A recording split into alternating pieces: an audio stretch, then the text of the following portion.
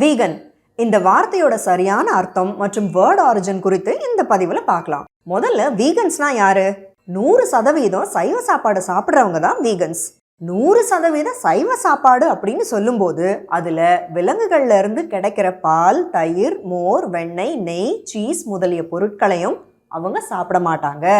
அது மட்டும் இல்லாம விலங்குகளோட தோல்ல இருந்து செய்யப்பட்ட எந்த பொருட்களையும் அவங்க அணிய மாட்டாங்க அப்படின்னும் வீகன்ற வார்த்தைக்கான டெஃபினிஷன்ல குறிப்பிடப்பட்டிருக்கு. சரி, அப்போ இந்த வார்த்தையோட ஆரிஜின் இங்கிலாண்டை சேர்ந்த டொனால்ட் வாட்சன் அப்படின்றவர் தான் இந்த வீகன் சொசைட்டியை தோற்றுவித்தவர்.